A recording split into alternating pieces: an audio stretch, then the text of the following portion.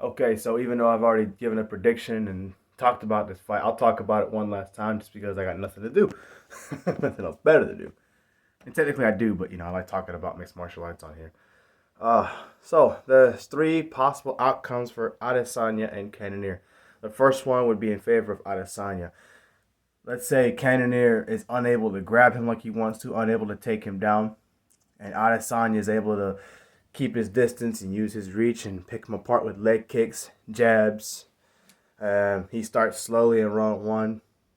Round two is much of the same, but probably more aggressive and probably landing a few more strikes. Round three, he's by this time he's picking apart Cannonier, and Cannonier's not able to take him down still. Cannonier probably tries to swing and miss, and he gets his face exposed or his side exposed more to getting hit. And eventually, he either gets TKO'd in the championship rounds by Adesanya, or Adesanya wins a dominant unanimous decision on the feet like he did with Romero. That's Adesanya's path to victory. The other two outcomes that I've talked about, I'll go into bigger detail about. Let me sit down for a second. So, Cannonier is able to grab him and take him down. I'd say for the wrestling that worked for Cannonier, he needs to take Adesanya down at least 3 to 4 times minimum. And each takedown he has, I wouldn't say beat on Adesanya and do a whole lot with him, no more than he has to.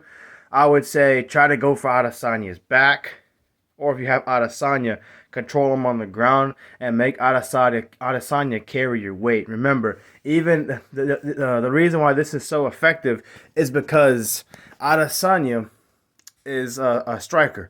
And even though I say he's not a grappler, I've seen highlights where he can get out of takedowns or get right back to his feet like he did in what's his name? Whitaker. And even though I just made a video on him. Thing is, I would say make Adesanya work to get back up again. The more Adesanya has to do that, by the third or fourth takedown, if that happens, Adesanya is going to be very tired. He's not going to have the same energy to stand and pick Cannonier apart in the later rounds. So I say if Cannonier can do this for 4 rounds, 5 rounds, he can win the fight by decision and out grapple him and take him down. And like Błachowicz did, Błachowicz was able to take him down a few times and control the ground and do just enough to where the referee never said, "Hey, let's stand this back up. You guys need to fight." He made Adesanya carry the weight, and he wore out Adesanya. And Adesanya later admitted, "Yeah, my legs were really tired. They were numb. You know, they were numb. He wasn't tired, but he wasn't as effective on the feet as he would have if he was fresh. Third outcome. He um, he can hit him early in the fight, knock out Adesanya, or he can mix up the grappling and the striking better by clinching him, putting Adesanya in a tie clinch. I'd say step on Adesanya's feet, make sure he doesn't try to throw kicks or anything crazy. When he pulls him in close, hit him with some elbows, put him against the cage. And if you can't put him against the cage, you can still tie him up in the center of the octagon and control the fight itself, the positioning of it, like you do if it was on the ground. Make it hard for Adesanya. Make Adesanya carry your weight. Make him work harder than he has to. Because that's good for all strikers. That's part of why Masvidal lost to Covington.